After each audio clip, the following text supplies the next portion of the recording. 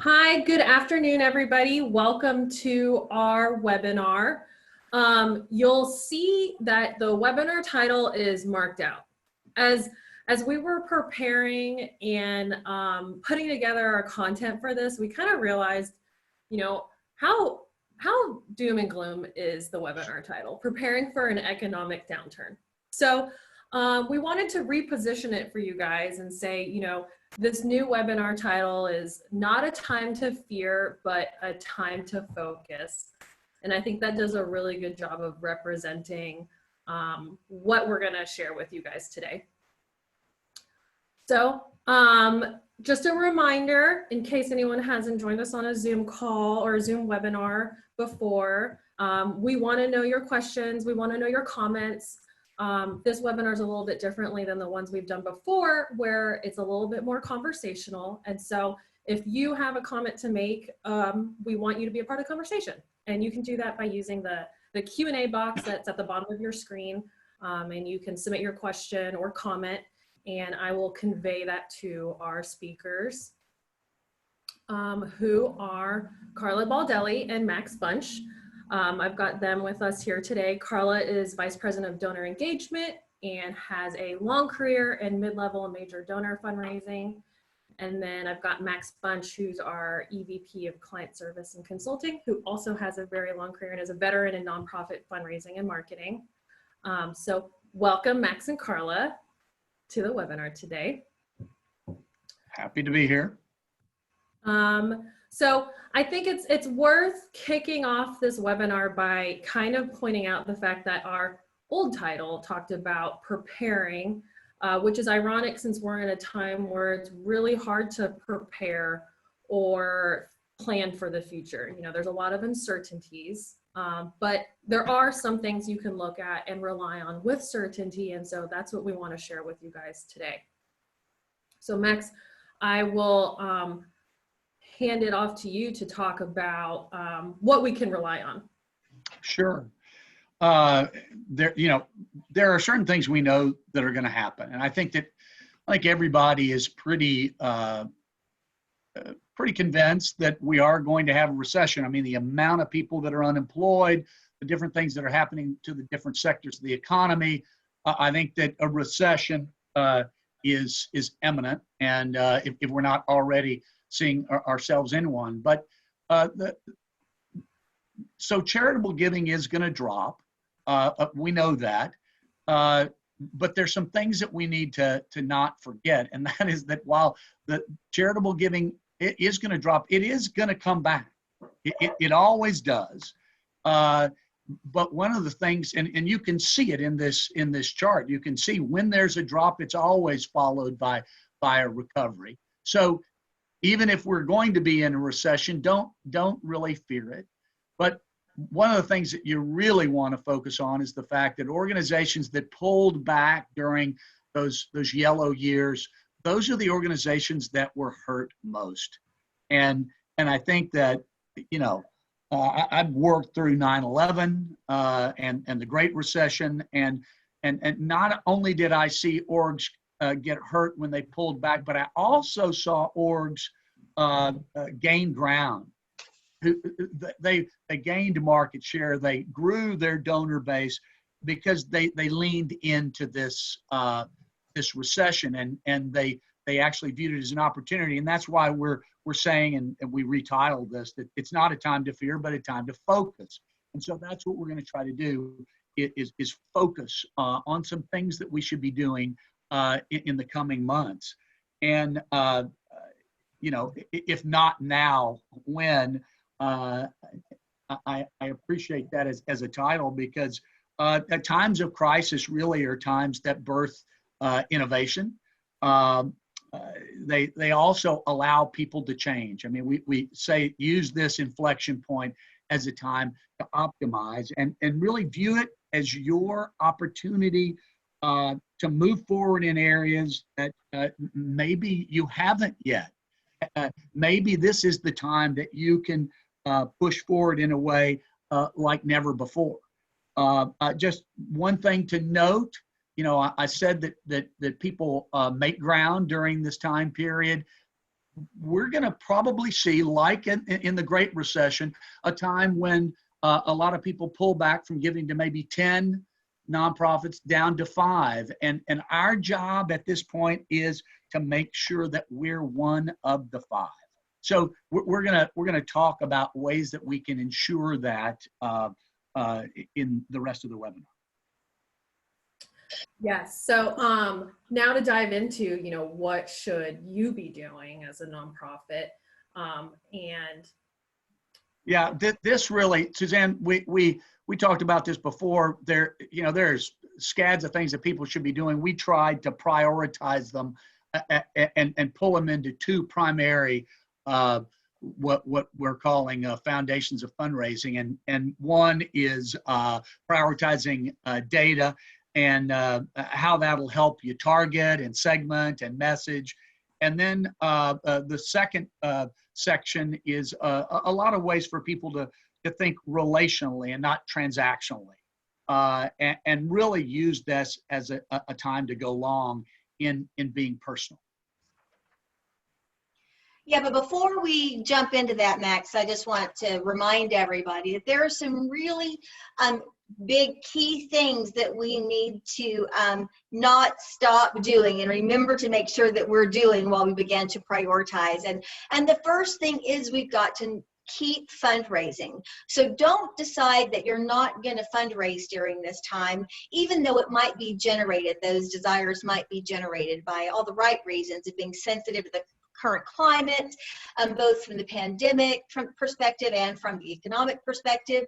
It's really important that we stay out there and not disappear from the people who care about us in the community. So here are some of the things that we do on behalf of our donors. I don't know how much they actually appreciate it or not, but I think we do this, is we make assumptions for them. We assume that they can't give during this time. We assume that they're so traumatized that they're not going to want to give at this time.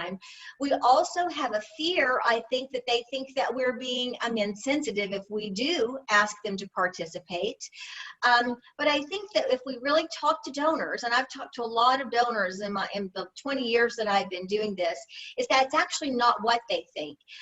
They don't want us to make decisions for them. They want to be able to make decisions on their own. So we need to trust them that they are the smart, responsible, caring people that they have been all of the years as they've supported us. And here's the thing, guys, they still deeply care about your mission. All of the missions that are represented here on this call, your mission started out of a need, and the donors who support your cause, they believe in that need. They believe that they need to be a part of that solution and help those people, and that hasn't changed. They might be distracted. So your mission is important even in a time of crisis. So get out there and let them know you're here. So what might happen if you stop communicating? And so what I've realized, at least about myself, is whenever I don't hear from people, I begin to make up a story of why I'm not hearing them, right? And usually that makes it all about me again. But what we don't say sometimes really resonates louder than what we do say. And so here are just some thoughts of what people might be thinking. We're not asking right now, so please feel free to give to another organization who might need it more, depending on your mission, because some of us are directly impacted, some are indirectly impacted. And so I know that that comes from the right place, but they still want you to be here when we get to the other side of that, and they want you to be healthy and still solving the problems that you're doing. They might think that we're doing just great and we don't need your help. You're not needed right now. Help somewhere else. And they could feel like that we just don't care about them. I mean, wouldn't that be the worst thing at all? They've shown up and taken care of the people and the missions that we all work so hard to make vibrant, and then all of a sudden we don't care about the people who've actually been making it happen for all those years. So just remember, don't disappear from the marketplace. Don't disappear from the people that love you. Connection right now is more important than ever. So it's time to dive into our priorities, right? Yeah, perfect reminder. So the first one we're going to dive into is the prioritizing data. So Max, what does that mean first and foremost? Well, if ever there was a time to get your data house in order, it's now.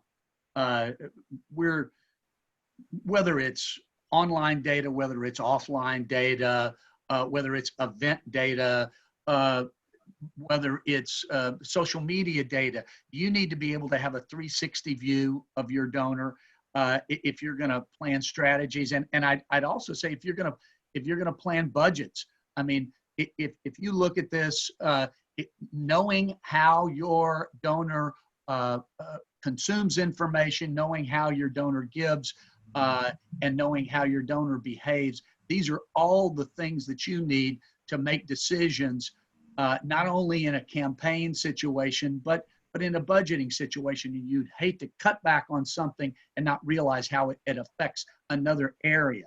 So in this really, we say that we need to look at Google Tag Manager and web event tracking and make sure our databases are linked and we have timely campaign reporting. But the whole idea here is that we need to look at our data holistically.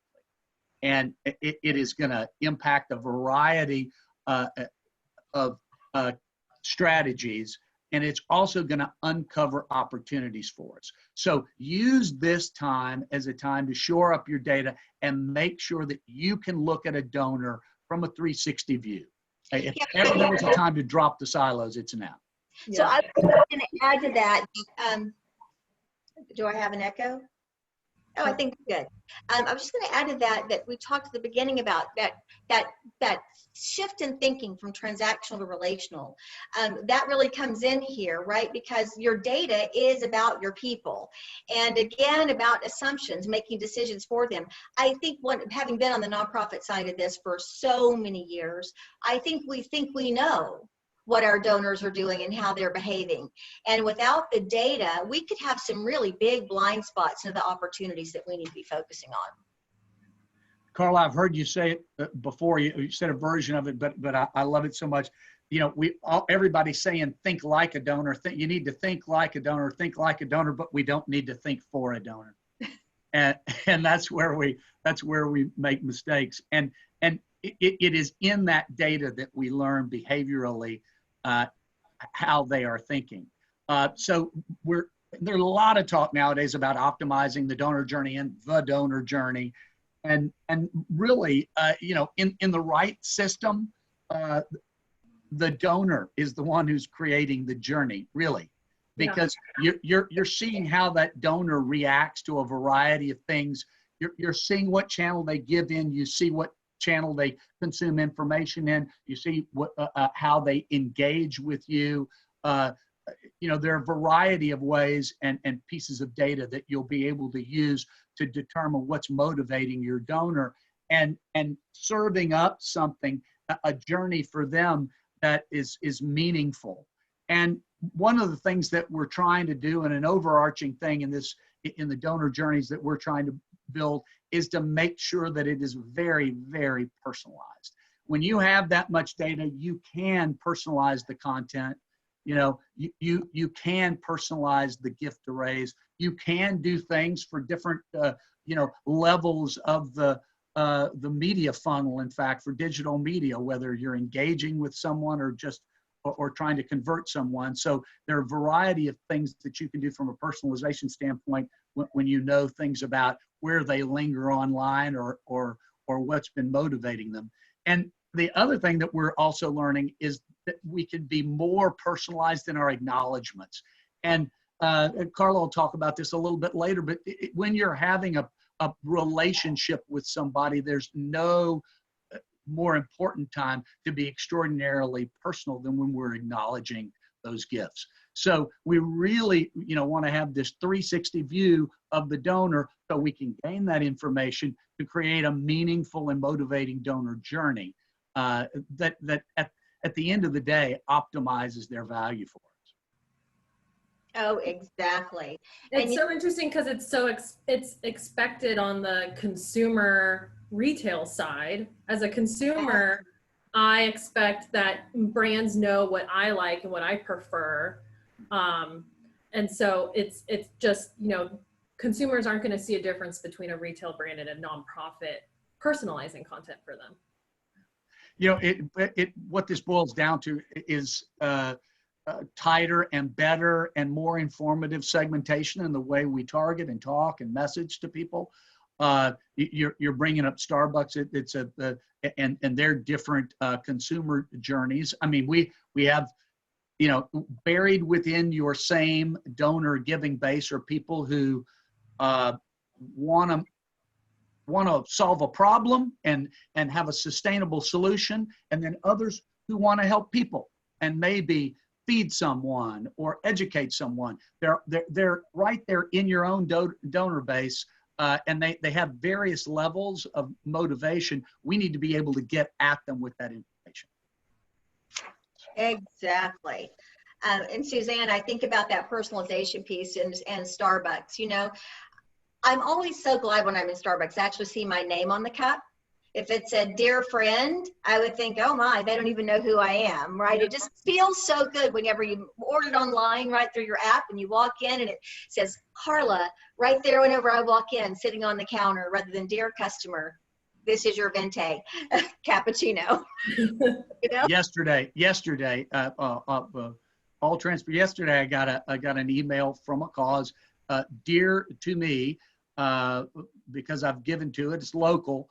But it was to dear supporter, and it was painful to see it. So I obviously shared with them some best practices, hopefully, but it makes a huge difference when you properly use someone's name. It makes a huge difference when you don't.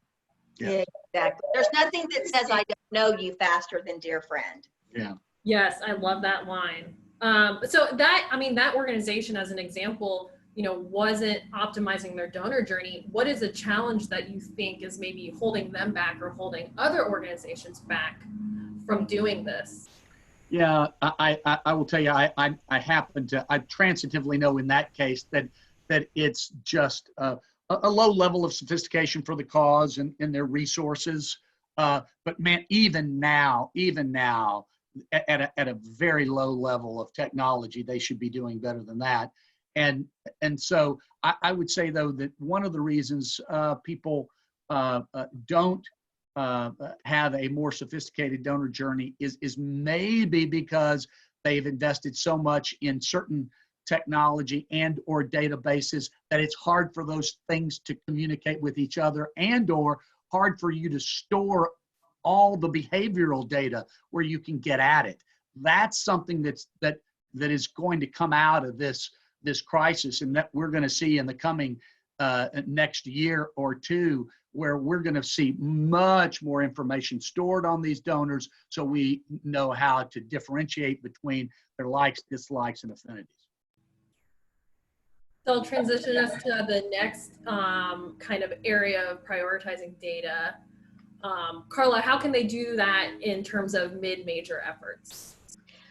Well, clearly, as you begin to know your data better, you're going to be able to see who's really bubbling up and rising to the top in your own file of who your mid-level donors are and who your major donors are. Now, we've talked about a lot of things for your entire file, but what we know is you can't talk to each one of them personally to have a relationship with. So that's why we spent some time on the things that you can do in that mass file to make it feel more relational to those people. But when we get to the mid-major efforts, they really feel like they know you. They're showing up in a big way. And this, I feel, is really your opportunity to really talk about where the bulk of your revenue is coming from and focus some time there. So during this time when we're rearranging things or reframing and reinventing how we do things, you know, I think basically all things come down to habits. We have a habit of doing things a certain way. So I'm going to challenge everyone on the call today to shift their habits and make a new habit of looking for the meaningful touch points and the passion points and the pain points, if you will, for your mid and major donors. So shore up those relationships. You know, a relationship is the foundation of every dialogue. And if you try to go into a conversation to ask them to give more, whether that conversation happens on the phone, in person, or whether it happens through the mail, any sort of shared experience is going to get your foot in the door even more. I mean, a shared experience of bringing someone up on the phone and just talking for a few minutes about how they're doing in this particular time, the wellness calls we've talked about, that gives you the foundation to start a dialogue. But here's the sad thing, $5.8 billion actually is lost every year for mid-level and major donors who come in and leave organizations that they've chosen to support. It's really sad that they're being lost. So here's something I want to just ask you to think about. Max touched on it, that 360 view, but think about this from their point of view. So if you have a donor, let's say his name is Ted, and Ted gives $500 through a sustainer program through your direct mail file. Ted buys a table at your gala and he brings 10 of his friends and they buy auction items and they give to your fund and mission. Ted also has a team that comes to your walk, and then Ted responds to really great, compelling things digitally whenever it comes to him as well. And then Ted brings his company along and you get matching funds. So how do you look at that gift? You might look at it as a $500 sustainer gift, which we're all really pleased about a sustainer, of course.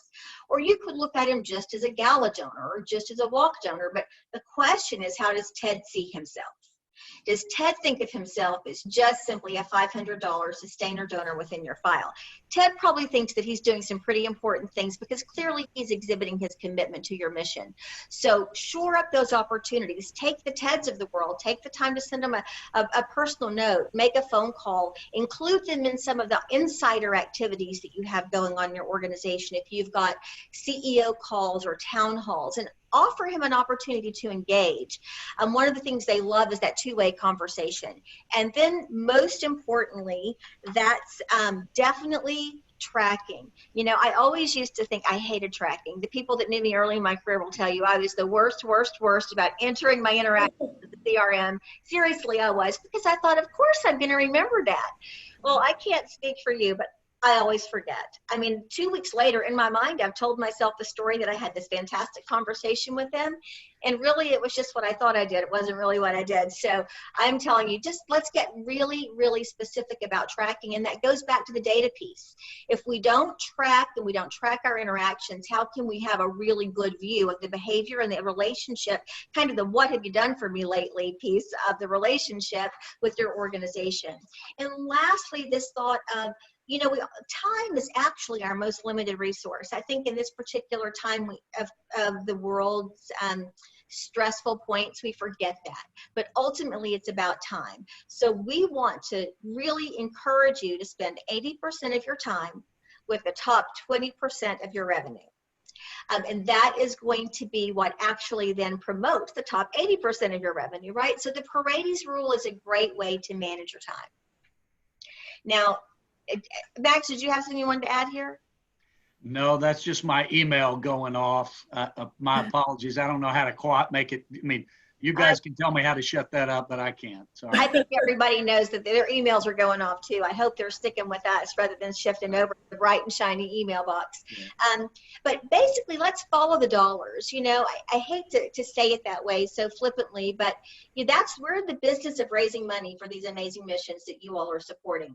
And so let's don't forget about donor-advised funds. Donor-advised funds are a huge revenue source. You can see by the graph here that we've shared with you how the creation of donor-advised funds has continued to go up.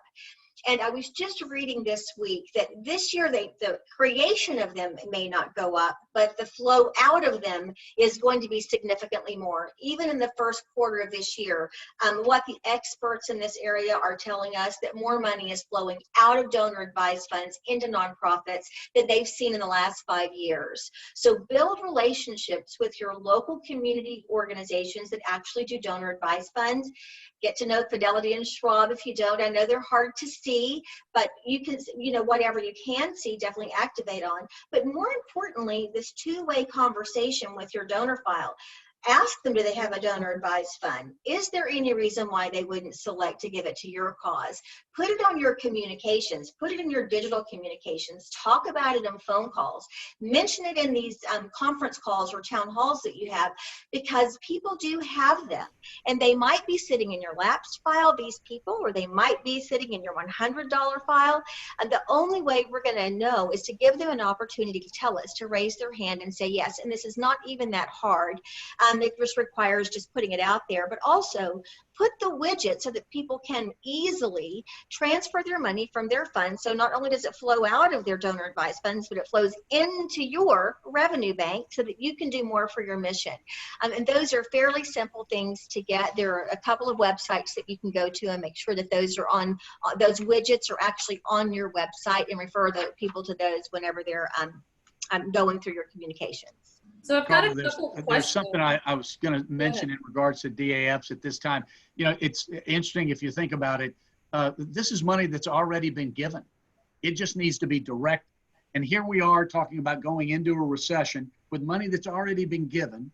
You know, so we're not having to inspire somebody to give more. We're inspiring them to direct more. And I think that an important part of focusing on those DAF givers and mining those out and modeling for those people, it is realizing that right now, as we enter a recession, this would be a great time for you to challenge people to make their largest distribution ever, because the need is so great right now. That's one of the great things about one of the great things about a recession is it is documenting to everybody on the news every day that the needs are so great. So ride that wave of media and know that you can inspire people, whether it's in the DAF or in your mid-level, major, or even your mass programs, to try to make this year the year that they give the biggest.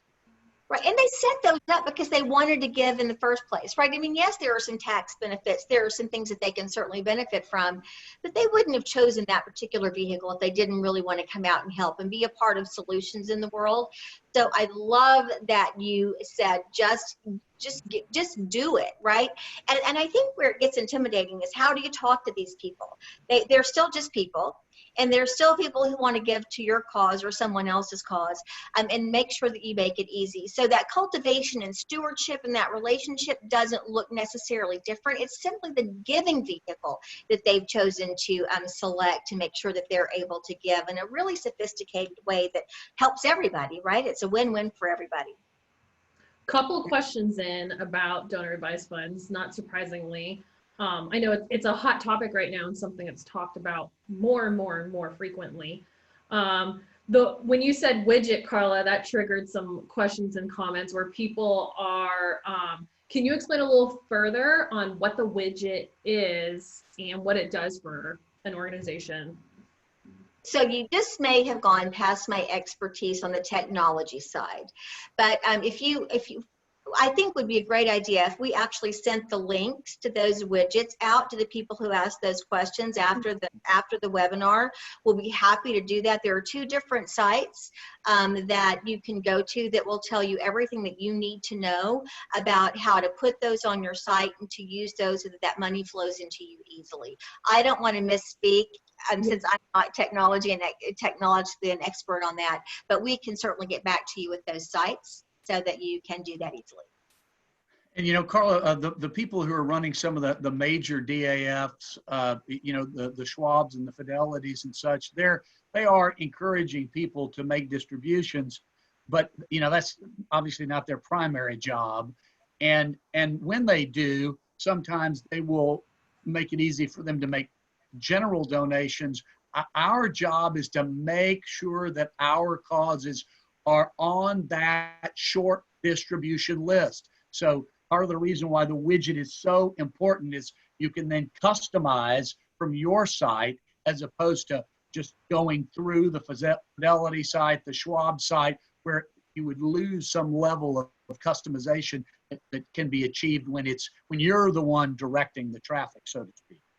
And remember I talked earlier about people make up stories. So if you don't have that out there, that you can accept that and that you can receive that money easily, they could assume that you don't accept those types of dollars because it's not out there. So make sure that you make it really easy for them.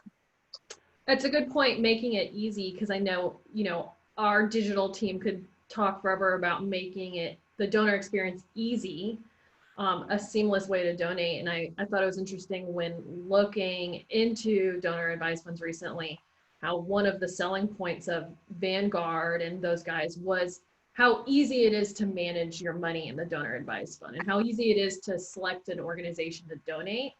So it's a good point where if they're making it easier on their end, nonprofits want to make sure it's just as easy on their end to donate. And again, just one more thing on this. We could talk about this for a long time because it is such a big topic. But when you go onto those donor advised fund websites, right now they're encouraging people to give. They're out there supporting people to give to you. But they also are directing them a little bit, not intentionally, but they've got buckets for direct causes, indirect causes, and some they just bucket it, help your nonprofits. So you need to be out there telling your story. This goes back to the first part of our time together. Don't disappear. Stay in front. Let them know that you're still working to accomplish what you said you were going to when you first we became friends with your donors. So perfect segue into kind of the next section about thinking relational and not transactional. And Karla, you've got some great expertise on relational approaches and how you communicate in a way that develops the relationship with donors. So I'll let you kind of dive into our first bullet point on that. Well, there are a lot of people I know on this call, so I may be saying something that you already know that I'm going to say, but people are my favorite thing. And that's, I think, why I got into fundraising. And I would bet that a lot of you on the call here got into fundraising for the people as well, so that you could really feel when you went to bed at night that you had done something that was really great. And then you get into the business of it, and there's a lot of business, and we get very distracted by our meetings and our spreadsheets and our KPIs and all of those other things. But I'm here to share with you that if you talk to people and you continue to deepen that relationship, you're going to really have that payoff for you. So at this particular time in our world, transparency is probably the most important thing that you can be. First of all, we've just gotten to a place where we demand it from the people that we are in relationship with, whether it's our friends or community groups that we choose to be involved with. But when we communicate openly to the people who are supporting us, to especially our mid-level donors and our major donors, but really across the board, it empowers those donors to close the gap, if you will, if you need it. And think two-way conversations. I mean, I am really big about providing a vehicle for people to talk to you. I mean, really, today, even though we're virtual with you, this is a two-way conversation. You can email us in, we can answer you back, we can follow up later, we can talk to each other. So there are a lot of ways to make sure that that's a two-way conversation, particularly if you are doing town halls or Facebook Live, or if you're doing broadcast messaging. Provide a vehicle within that communication so that donors can ask you how you're doing. You probably are already on the ball and making wellness calls, so you've been asking them. And in that moment, maybe they were so surprised and overwhelmed that you cared enough about them to call that they forgot to say, hey, how are you? But maybe they have. And if they do, make sure you tell them how you're doing, and share what you're learning in this interesting time, because I can promise you we'll all be different when we come out, and we'll have learned a lot of different things. Just a little story, and if you know me, you know the story. But many years ago, early in my career, I was making wellness calls. It was after 9/11, and you know, and obviously, I got to tell you, I was shaking in my boots every time I picked up the phone. I was kind of hoping I'd get their voicemail, right? So I could just leave a nice, pleasant voicemail and be done with it, check it off the list. But, you know, at certain times and prices, people are home and they answer their phone. And actually, it works so much better if they answer their phone. So don't hang up on them. But this gentleman answered the call, and I kind of had a relationship with him already. And he was exactly like Ted the donor I talked to you about a few minutes ago. He was giving a couple $1,000s a year through online and through mail, and he was buying tables at galas, hosting walk teams. He was bringing his company along, so he probably was, you know, around $100,000 a year donor, all in, right, with his matching gifts and everything else. So someone that you wanted to be happy with your mission. We didn't have him identified as a middle donor or a major donor at all. He didn't pop that way. And he asked me in the call how we were doing. And I was young, remember, it was my first time, and I didn't really know how to answer that. And I kind of went back to my father, telling me, just start with the truth, right? So I started with the truth. This is how we are. This is how we're doing. You know, we were close to our fiscal year end, so we already had most of our revenue in. But we were a big national organization, so we were going to be $3 million under budget. But I shared with them, you know, we're rearranging things. We're going to put some things off. We're going to be, you know, doing some different things. So I think we're going to be okay. We're feeling confident that we're going to make it through this. Who knows what 2 months from now looks like, but we're okay today. And he said to me in that moment, if you're $3 million under budget right now, I can make that up for you this year. I can't do it every year, but I can do it this year. And that came from being transparent with him about what was really going on and just answering him as truthfully as we certainly could. And so we talk about strengthening that commitment. Build your organization around the people. If you're already built around your programs, I'm not saying change your programs. I'm change the spirit of how you talk to them within your programs, so to make it about the people so that they know that they're in a conversation with you. You know, Karla, when you mentioned that transparency and stating the truth, your dad saying start with the truth, you know, these words are cousins to things like, you know, authenticity and trustworthiness. These are things, yeah, I mean, people are just, you know, longing for that in relationships, and especially in these kinds of relationships. They want to be able to trust you, and they want to reward that. I think that, you know, the transparency, I think about the authenticity of sharing facts about yourself. It can go all the way to, I remembered it reminded me of the time we had one of our clients' presidents figured out that he hadn't told his own cause that he had included them in his will. And so in dialoguing about that fact, we sent out a letter that disclosed that. And he said, gee, I realized that I hadn't disclosed that. And I wanted to just ask you, have you included us in your will? And it was just a short letter, nice envelope, nice paper stock, very to the point, very relational, but honest. There was an aspect of transparency in his admission about his own situation that caused more people to write in about their wills and intentions in 1 month than they had for the entire year. So I do believe that people will reward transparency for sure. I think that, in fact, I've seen it too. Suzanne, you were saying something? I was just going to ask Max to share that example, because it's the perfect example of applying transparency in the mass market, mass donor world. You know, online and on the phone, it can be easier to be transparent and openly communicate directly with a major donor.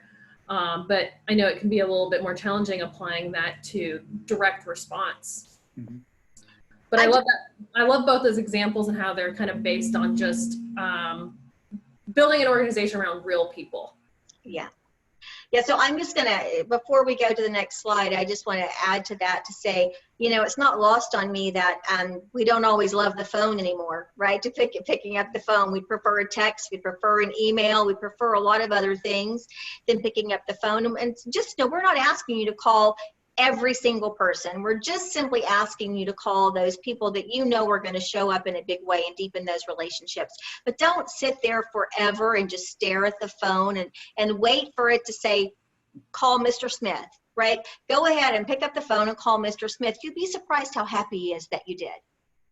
Hey, you know, one of the things when you mentioned that, Suzanne, it reminded me of something that really important thing that we should do, regardless of whether we're talking to mass or mid or major. And Karla alluded to it when she told the truth there. But if indeed we are faced with a shortfall, share it. Yeah. They want to help. Be transparent. Tell them that we see that happening all the time. They may not know it's the end of your fiscal year, but if you are facing a shortfall, tell them. Right.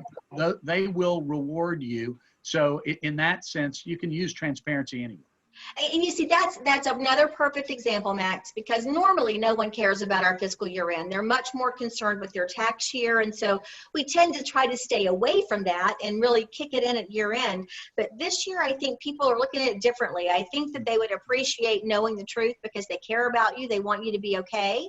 And so if you need to come out with a fiscal year end ask, then just do it, Yeah. Yeah, they might forget what your fiscal is or might not even be thinking about fiscals. As a consumer, you just think calendar year. Right. Exactly. Which leads us next into another excellent topic I always love hearing Karla talk through, which is humanized personalization. This is my favorite topic, and those of you on the call who know me, you know it's my favorite topic. It is, we just don't talk to people the right way usually. Not for any bad reason, but we think that they know what we're thinking, and we think that they know that they're one of a million people, and we're not necessarily comfortable being personal with people that we don't know really well. But you have to remember that they think they know you. And so whenever you send them a digital message, they get their phone and they're actually, someone just sent me a message, right? So none of you all are in the room with me, really. And when I read this, it's just by myself, right? So it's very personal. So what I want to challenge you to do is to think differently. Think about what the donor is hearing when you talk to them rather than about what you're saying, because what you say doesn't matter nearly as much as what they actually hear and what they take away. And what we tend to fall back on is talking a lot about ourselves, because that's where we think the relational foundation is. And so look at this particular example, and we've kind of dramatized it here just a little bit. But when we think we're being donor centric, we're actually being organization centric. So we might say something like, we've changed all of these lives in Africa and have clean water for all of these children because of you, right? There's really nothing wrong with that. But what that actually is because we put the because of you either at the beginning or the end, it makes us feel better about talking about the great work that we're doing. And these donors are actually the ones that are funding the work. So I'd like to suggest to you that you shift it to the right side of the screen where you are changing children's lives in Africa. You're providing clean water. Thank you so much, right? So it's not that the donor, because of the donor, we get to be really fantastic. It is the donor is really fantastic. So it's really just taking that middleman out, which is us, because I promise you, when you call them on the phone, they know who you're talking about. When you send them an email, your logo's on there, your return address is on there. When it goes in the mail, your logo's on there. They know that you're involved in this partnership. They really need to feel powerful in the partnership, in that what you're doing is you're demonstrating the impact of your mission, but by putting them in the center of it. And I think that when we are, especially in these times, it'd be great practice for us. This is another one of those that we have to change our habits to shift the way that we're talking to people. I got a question, and Max, I'll kind of point it to you. Is that a message approach that works across all audiences? So is this something that, works in direct response also? You bet. And of course, in direct response, we're all about testing. Yeah. And we will, it is shocking the difference one word can make. You can help change a life, you can change a life, and adding help actually can unplug sometimes the power of a description. But no, this is universal and can apply to mass and mid and major. I think everybody wants to feel like that they indeed are the reason. I chuckle when I think about it, because trust me, I've been doing this a long time, and Karla, we're guilty of it all the time. You know, we so badly want to be quote unquote donor centric, whatever that means anymore. But you know, and we want to think like a donor, and we want to have a more personal relationship with them in the way we communicate. But indeed, sometimes those old ruts, you know, we want to get around to talking about the org and how great it is and what's happened. So no, I do think getting out of the way of the donor, and in the old days we used to say it was a love triangle. You know, you were the in-between person who then connected them to the person in need. Now let's just make it a direct one-on-one and see how much more powerful that message is. That's good. Simplification, but makes them feel special, which is all about this thinking relational. Mm-hmm. Absolutely. Next part of this is leaning into relationships for thinking relational. So Karla, what does that mean to you? So remember, we've talked about two things, data, and now we're talking about relationships. And so because of the data, we know who, what, when, and where to talk to. And now we're really leaning into those relationships that have bubbled up, that we know are going to be the ones that are going to sustain us. So activate your network. I think the most beautiful parts about being in the nonprofit business is we have this fantastic volunteer and donor partnership that we get to take into the marketplace and empower people to make change for good. So activate them. So what does that look like? Well, the world is different. It became different a few years ago about having some local donors and influencers, and be creative, right? So yes, we've got phone calls. Yes, we've got mail. Yes, we've got digital. We've got all those things that we can do. But you know what? You can do some different things too. So call on your major donors to be part of the giving process and empower them to activate their network. So just a little story about a dear friend of mine who by the way, I'm from Dallas, and she lives here in Dallas. And unfortunately, last fall, they had a very devastating diagnosis about her grandson, where he's got a terminal illness. And so obviously they're all devastated. And one of the things that helps us, and you all know this, that helps you process that is knowing that you can do something to make a difference. Well, she just happens to be a worship leader at a really large size congregation here in town, and people just love her. They love her music, and she's also got a band, and she's super cool anyway. I mean, let's just be real. She's very, very cool. Mm-hmm. And so she decided that she wanted to bring people into this and tell them about this disease that her grandson had been diagnosed with and do something for change. So she made the decision that, and she is a major donor, not a major donor because she gives philanthropically, but she would pop on your list as a major donor potential, but she's more of an event type of a donor who would give through that type of an avenue. So she had a concert in her home. They have a beautiful home. They moved all the furniture out of downstairs, and she brought her band in, and she invited everybody she knew, but she was only going to take 40 people, and it was $250 a person. So for $250 a person, you got to come to her house to hear her band do a private concert in her living room. And then she gave the most unbelievable mission moment and another opportunity to fund right there in her living room. It was her idea, her people, and your ticket in the door was your receipt when you went online and made a donation. And so that's just one of the ways that you can get creative. And let me tell you, she's more connected to that organization now than ever before. In addition, her sphere of influence, all the people that follow her are now really aware of what's happening with that organization too, and they're not probably one and done donors. They probably are going to continue to stick around for a while. So it really is exciting to think about the different things that we can do now and to get creative. But that's just one example of leaning into the people that already are in a relationship with you. It's done a lot of things, right? It brought in revenue.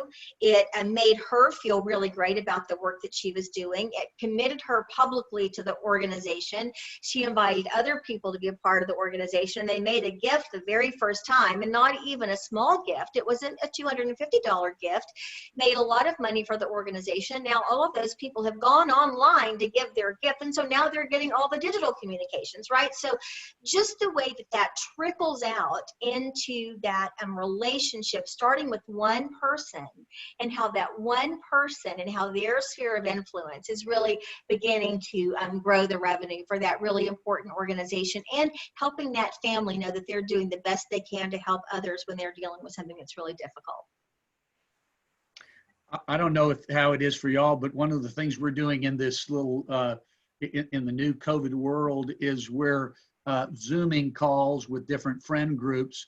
And one of our favorite things to do is, okay, tell us what shows are you binging? What are give me some good intel.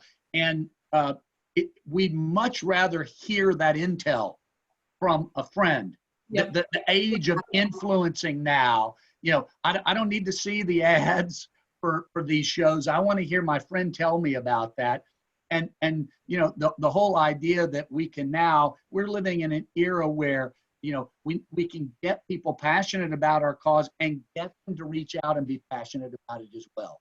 And that's where their friend groups and their social connections will benefit us greatly as we lean into those relationships. Give them ways to share, give them stories, give them examples, reward those who do so. It's the age of the influencer. At the easy side of it is getting your volunteers to make thank you calls for you. That's, you know, everybody loves to hear from a volunteer more than somebody else. But you know, then you can take that mentality all the way down to the people who are posting, you know, things on Facebook. Just lean into your influence. And you can do it around donor-advised funds too, right? Get a volunteer, get one of your donors to talk to their friends about their donor-advised funds. That's how you're going to get more intel back.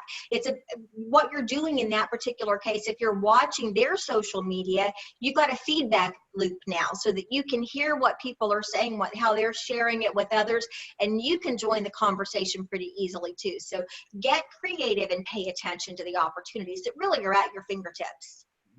It's interesting because those are all examples of influencer marketing, different types of it. I think people usually think of influencer marketing and they think Instagram, and, you know, just those micro or, you know, mid-size influencers. But Karla, you know, you're talking about an example where someone is influencing her network directly in person, you know, not necessarily digitally or anything.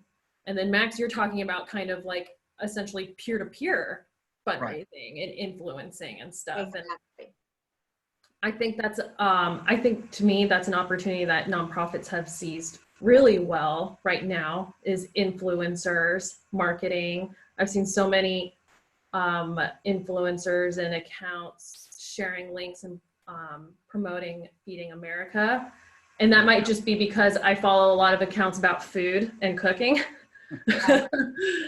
But it's organic, and that's what's exciting about it. I know we all remember the Ice Bucket Challenge, right? And you think about that, that wasn't a famous person really that started the Ice Bucket Challenge, and it went viral, and that was just started organically by people, you know, bringing their friends in to help them through a difficult situation.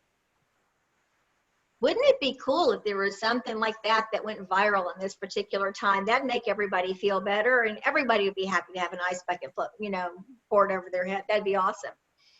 That's true. I think that's our next call, is sort of brainstorming. What's the next ice bucket challenge? Next big thing. Yes, that you can do from home.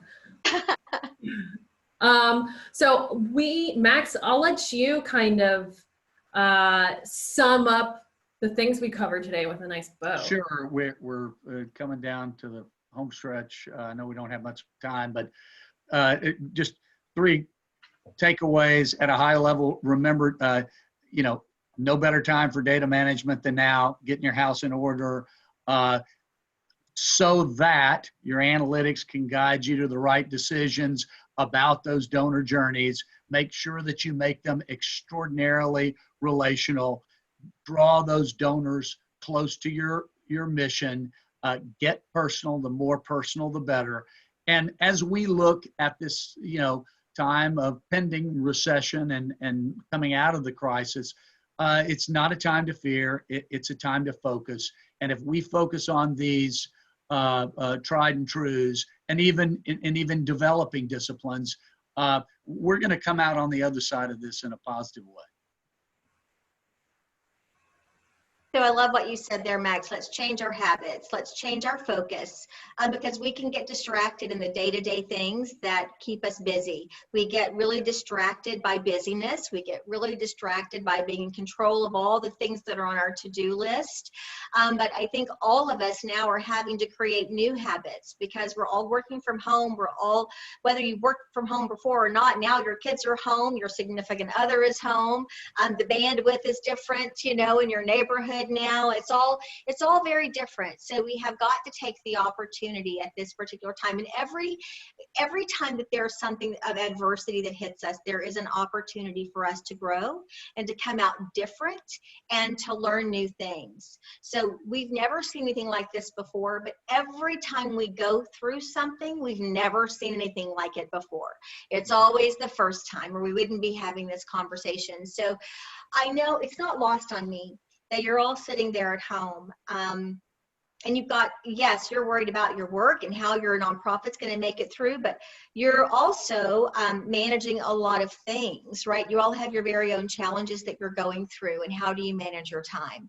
You don't have to do everything all in one day, and take the things off of your plate that are probably not the best way to spend your time. When we've gone through hard things in our life, I, like you personally, have dealt with many challenges. And the one thing I always told myself was, I'm just going to do 2 hard things today, and then I'm going to do the things that are really important. And you may have a list of hard things that's 50 long, but I promise you, if you just do 2 of them a day, that list is going to go down. And then spend the rest of your time focusing on the things that is going to bring you out of this in a way that's stronger, happier, healthier, and helping more people than ever before. Because remember, your organization was started out of a need for something important, and the group that you're with chose to step up to the plate and do something about it. That hasn't changed. We're all going to come out of this. We always have. Thank you so much for being with us today. Perfect. And I will let Karla have those last words. Thank you, everyone. Thank you, Karla and Max. Have a great day. Thank you very much. Appreciate it. Thank you so much.